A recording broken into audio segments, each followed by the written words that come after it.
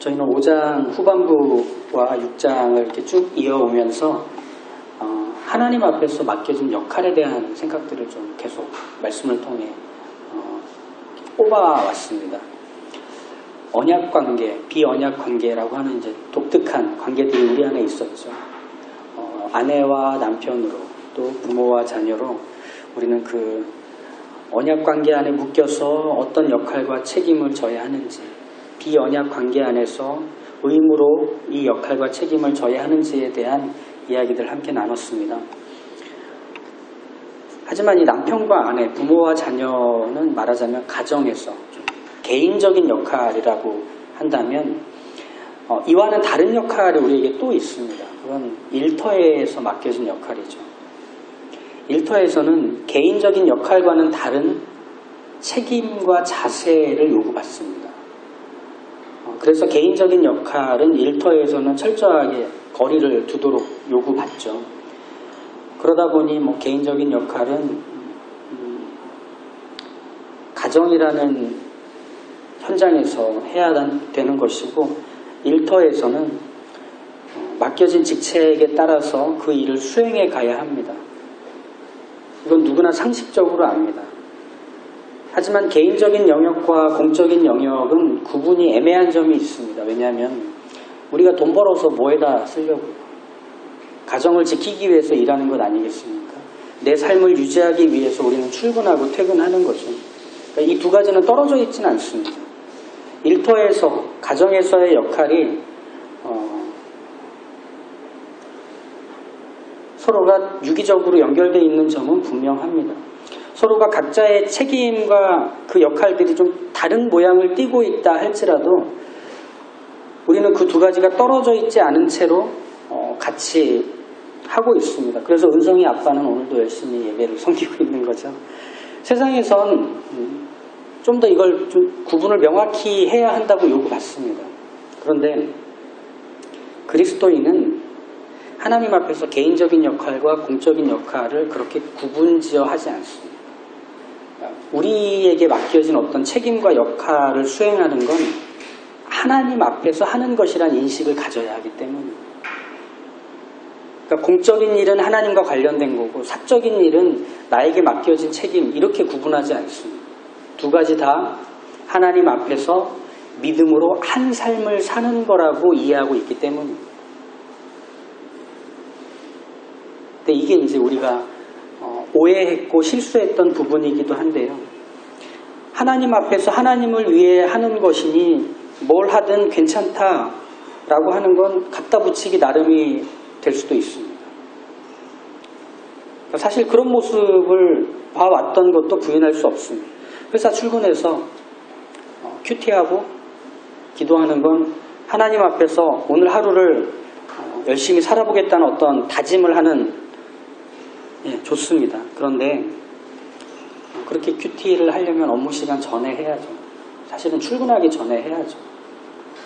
아니면 아침에 일찍 일어나서 시간을 내서 하든지. 나는 다른 직원들 주식 들여다볼 때 성경 읽고 인터넷 쇼핑할 때 오늘의 묵상 듣는다, 이렇게 얘기한다면 그것도 태만한 겁니다. 그리스도인의 모습이 세상 앞에서 그런 식으로 비춰지는 거라면 게으르고 독선적이고 태만하다는 인상을 지울 수 없습니다. 하나님 앞에서 산다는 건 도덕과 상식의 수준을 짊어지고 그것보다 더 큰 다른 것들을 소개하는 데까지 연장선상을 가져야 합니다. 오히려 하나님 앞에서 삶을 산다는 건 이런 뜻입니다. 하나님이 오늘이라는 한 날을 하나님으로 가득 채우신다는 걸 믿으면서 내게 주어진 역할을 살아가는 것을 말합니다. 이제 이 얘기들을 좀 연장해 보도록 하죠. 일터에서 그리스도인은 똑같이 일하며 고객과 업체를 또 만나서 협조를 구하고 또 물건을 사고 팔고 합니다. 거기서 손해와 이익, 효율과 수치, 이것들을 꼼꼼히 따져서 관리해야 되겠죠. 그런데 이 손해와 이익, 효율과 수치로 규정할 수 없는 부분들도 있다는 걸 늘 의식하며 사는 겁니다. 뭐냐? 하나님의 시선입니다. 직원으로, 관리인과 책임자로 우리는 맡은 영역과 할 일은 각기 다르겠지만 그 일을 감당할 때 하나님의 시선 앞에서 그 일을 하고 있다라는 인식이 우리에게는 새로운 감각으로 갖게 된 겁니다. 그러니까 이건 하나님이 우리에게 있어 어떤 감시자가, 평가자가 되신다는 측면이 아니라 주인으로 계신다는 거예요. 하나님은 우리에게 하나님의 나라와 하나님의 뜻을 이루는 데 있어서 내게 맡겨놓으신 책임과 역할이 있는 거예요. 우린 그걸 지고 일터에서 수고하는 겁니다. 달란트 비유를 한번 생각해 보시죠. 주인은 3명의 종들을 불러서 각기 자기의 소유를 맡깁니다. 그리고 거기에는 그 종들의 재능을 따라서 그 소유의 양을 조절해 줍니다. 주인이 이 소유를 맡긴 이유는 한 가지입니다.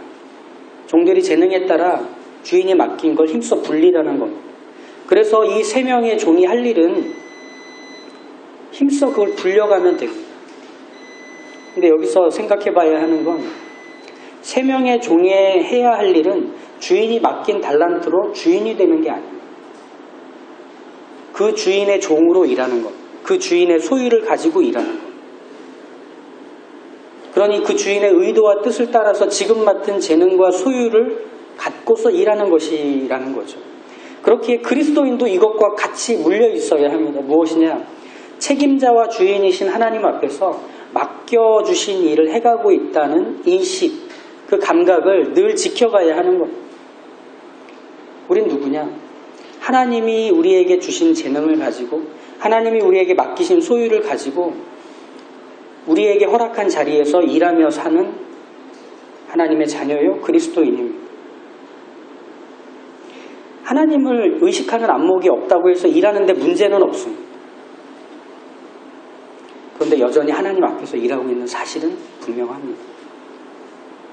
하나님은 무엇을 보고 계실까? 하나님은 여기서 내가 무엇을 어떻게 해가기를 원하실까? 이것들을 우리가 도덕적으로 옳은지, 사람들에게 유익을 주는 선한 일인지, 사람을 살리는 지혜가 담긴 일인지를 함께 고민하며 살펴가는 수고를 내가 하는 성실함에 더해놓지 않는다면 언젠가 먼 곳을 떠난 주인이 돌아와서 정산을 하겠다고 할 때 내놓을 게 없는 현실이 되는 거예요. 그러니까 우리의 고민과 우리의 깨어 있어야 되는 분별은 맡겨진 일을 주인이신 하나님의 종처럼 해야 하는 것과 함께 가야 하는 겁니다.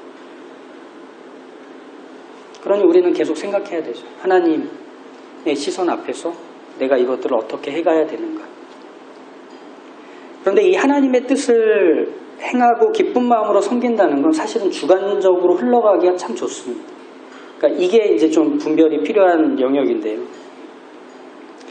일과 하나님의 뜻을 우리는 양극단으로 치우쳐서 생각할 수가 있죠. 첫 번째는 내가 생존하고 책임져야 하는 내 일에 대한 것은 내 몫이고, 하나님은 하나님의 역할이 따로 구분되어 있다라고 하는 어떤 태도입니다. 그러니까 먹을 것과 마실 것과 입을 것을 마련하는 수고는 내 몫이고, 하나님이 맡기신 일들, 그러니까 교회 활동이라든지 어떤 영적인 생활이라든지 이런 것들은 내가 해야 하는 일, 내 생존과 관련한 일과는 좀 구분되는 다른 것으로 나누는 겁니다.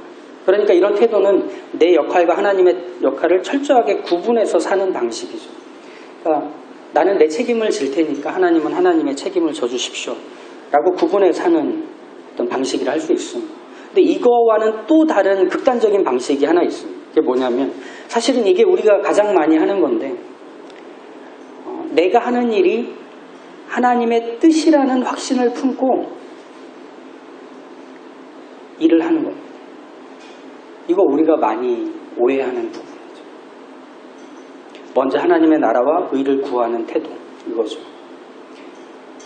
근데 이 일이 별로, 이렇게 일하는 태도가 별로 문제될 게 없어 보이지만 사실 한꺼풀을 벗기고 들여다보면 내가 하는 일은 하나같이 하나님의 일이라고 여기는 겁니다. 내가 하는 일은 하나님의 맡기신 일이고 하나님이 내게 이루시는 뜻이라고 내가 확신해서 그 일에 최선을 다합니다. 근데 이건 가만히 들여다보면 어디까지가 하나님의 뜻이고 어디까지가 내가 할 역할인지가 모호하고 불분명합니다. 그러니까 내가 하는 일은 다 하나님의 일이라고 섣불리 단정을 짓는 거죠. 십자군 전쟁 때 유럽은 하나님의 뜻을 행한다는 명목을 품고 아시아로 칼을 겨눴습니다. 2차 세계대전 독일군의 이 군복 안쪽에는 하나님이 우리와 함께 하신다라는 글귀가 적혀 있었습니다. 그리고 전 유럽을 초토화시켰었죠. 어디까지가 내 욕망이고 어디까지가 하나님의 뜻인지가 모호해지면 그것만큼 잔인하고 그것만큼 악랄해지는 건 또 없습니다.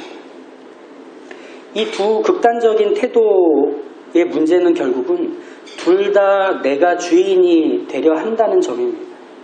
내가 일에서 생존을 도모해야 하는 책임을 스스로 지는 것이나 내가 하는 일이 곧 하나님의 뜻이라고 확신하는 것이나 둘 다 내가 주인이 되었다는 점에서는 다르지 않습니다.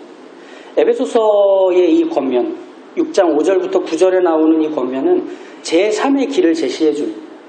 그것은 뭐냐? 주인이신 하나님의 뜻 속에서 내가 할 일이 있고 내 역할이 맡겨져 있다는 것.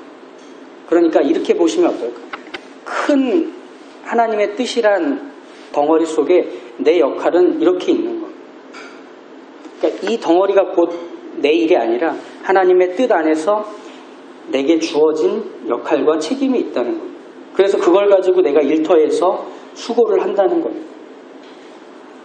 그러니까 내가 하나님의 일을 해드리는 게 아니라 하나님의 뜻을 이루시려고 하나님이 내게 그 역할을 맡기셨다 하는 겁니다. 그런 점에서 우리는 일터에서 어떤 고민을 해야 되느냐면 앞서 말한 것처럼 하나님의 시선을 의식해야 한다고 말씀드렸죠. 그 하나님의 시선을 의식해야 한다는 건 말하자면 이런 겁니다. 좋은 직장 상사가 되는 것, 좋은 직원이 되는 것. 여기서 좋은이라고 하는 것은 해석하기에 따라 다양하게 말할 수 있겠지만 지금 여기서 말하는 좋은이라고 하는 것은 온 우주를 창조하셨을 때 하나님의 좋았더라와 같은 그 토브, 즉 좋다라고 하는 그 뜻입니다. 말하자면 하나님의 능력, 하나님의 지혜, 하나님의 친절하심, 하나님의 유쾌함이 가득 채워진 하늘의 해와 달과 별, 독수리의 날카로운 부리와 각종 허브에서 나는 그 상쾌하고 기분 좋은 향기들이 하나님께는 다 좋은 거였습니다. 그리스도인이 사는 자리에서의 좋음이라는 것도 역시 마찬가지입니다. 하나님의 모든 지혜, 하나님의 모든 지식과 성품과 능력으로 가득 채워지는 게 좋음입니다. 이렇게 표현하면 어떨까요? 내가 하는 일의 자리에서 하나님이 충분히 드러나고 채워지는 것을 말한다. 이렇게 말하면 어떨까 싶은 거죠. 에베소서 3장 우리가 읽었던 그 말씀을 찾아보시죠. 에베소서 3장 14절에서 19절입니다.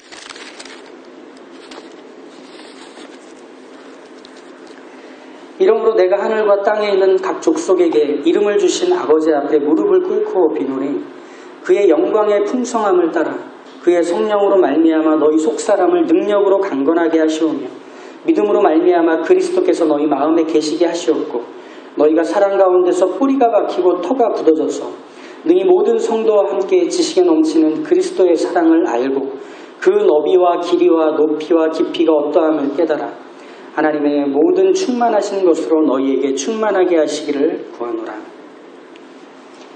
하나님은 어떤 분이신가? 하늘과 땅에 존재하는 모든 개인과 무리에게 이름을 주신 하나님이십니다. 그게 존재하게 하신 하나님이십니다. 그렇다면 모든 곳에 하나님의 지혜와 능력이 닿지 않은 곳이 없는 거죠. 그리스도인은 누군가? 하나님의 지혜와 능력이 닿는 곳에 심겨진 존재들입니다. 그래서 가정에서 아내와 남편으로, 부모와 자녀로 그 각자의 역할과 책임을 지고서 아내로서 하나님이 채우시는 모습으로 좋아져 갑니다. 남편으로 하나님이 채우시는 모습으로 좋아져 갑니다.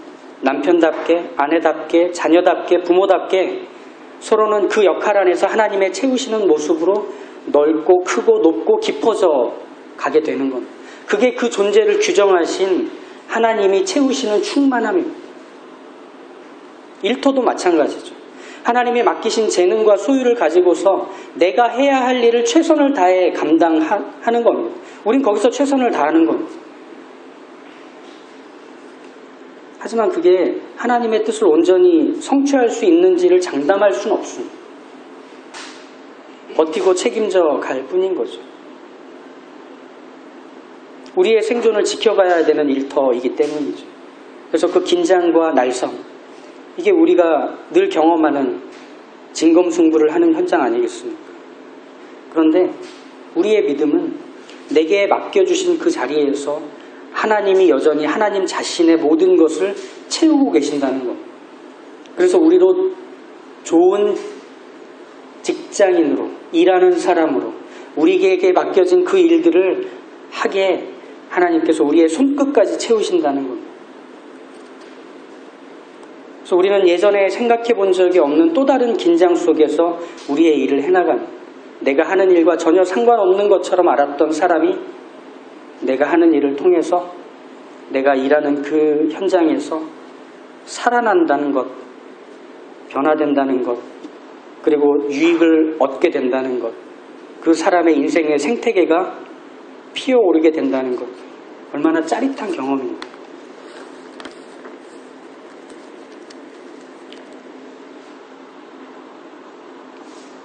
우리는 내가 하고 싶은 일을 열심히 하면 그게 하나님의 뜻을 이루는 것인 양 생각합니다. 일을 열심히 하면 하나님도 영광받고 하나님의 나라도 세워갈 거라고 생각해서 멈출 수 없고 희생도 감수해야 된다고 생각하죠. 그러다 번아웃 되고 뜻대로 되지 않는 자리에서 하나님이 계시지 않은가라고 의심하는 데까지 가기도 합니다.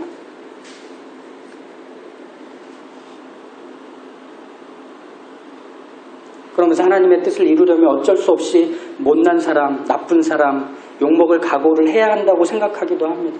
아니요. 우리는 하나님이 채워 가시는 사람입니다. 하나님의 뜻 안에서 우리에게 맡겨진 그 역할이 하나님의 뜻의 부분을 드러내고 있습니다. 그럼 우리는 나쁜 역할을 맡을 필요가 없습니다. 과연 욕먹어가면서 나빴다는 소리 들어가면서까지 지켜야 할 게 뭔지를 오히려 분별해야만 합니다. 에베소서 하반부를 쭉 같이 봐오면서 어느 겉면에서 도대체 역할과 책임에서 나쁜 사람이 되라고 했었나? 없었습니다. 오히려 에베소서는 이렇게 말하고 있습니다. 우리는 서로 친절하게 대하며 불쌍히 여겨주며 서로 용서하기를 하나님이 그리스도 안에서 우리를 용서하셨듯 서로를 용서하는 것에 대한 권면을 받았을 뿐입니다. 직장에서 우리가 욕먹을 각오로 해야 할 일이라면 내가 한 일로 누군가 유익을 얻고 도움을 받는 일이라면 그래도 됩니다. 내가 그걸 짊어지기로 한 것이기 때문에 그래도 됩니다. 하지만 그러지 않은 거라면 생각해 봐야 합니다. 우린 매일매일의 경쟁 속에 살아가죠. 내몰리죠. 거기서 진짜 싸워야 합니다. 자족하면 떠내려가는 풍랑 속에 있는 듯 여겨질 때도 있습니다. 생존을 위해 힘써 수고하고 책임져야 할 자리를 지키는 건 마땅합니다. 하지만 거기서 자기를 잃지는 마십시오. 난 여전히 하나님 앞에서 사는 사람이에요. 하나님으로 채워져 있는 나는 점점 좋아져 가야 할 사람이에요. 좋은 직장의 상사로, 또 직원으로, 또 책임자로 우린 그 자리에서 그 역할을 할 수 있습니다. 계속 배워가면 됩니다. 알아가면 됩니다. 그러니 자기 자신이 그 기준과 가치와 분위기 속에서 휩쓸려 떠내려가지 않도록 늘 지켜가십시오. 치사하게 굴지 말고 모두에게 나쁜데 나한테만 좋은 사람 되지 말고 경쟁하되 일어설 수 없게 만드는 해를 가하는 사람 되지 않고 서로가 같이 커가는 것이 무엇인지를 함께 고민해서 내가 그에게 좋은 사람이 되고 나 역시 좋은 사람으로 일궈져 가는 그런 작은 일에 우리가 하나님 앞에서 맡겨진 일을 충성해 가야 할 것입니다. 이게 하나님의 나라와 뜻을 위해 우리를 부르셔서 그 역할을 맡기신 이유일 겁니다. 그 자리에서 점점 더 누군가에게 유익이 되고 좋은 사람이 되어 가심으로 그리스도께서 우리에게 바로 그분이 되셨다는 것, 우리의 유익을 위해 우리의 좋은 분이 되시려고 걸어가셨던 길을 우리가 여전히 좇고 있음을 그 우리의 일터에서까지 확인할 수 있기를 간절히 축복합니다.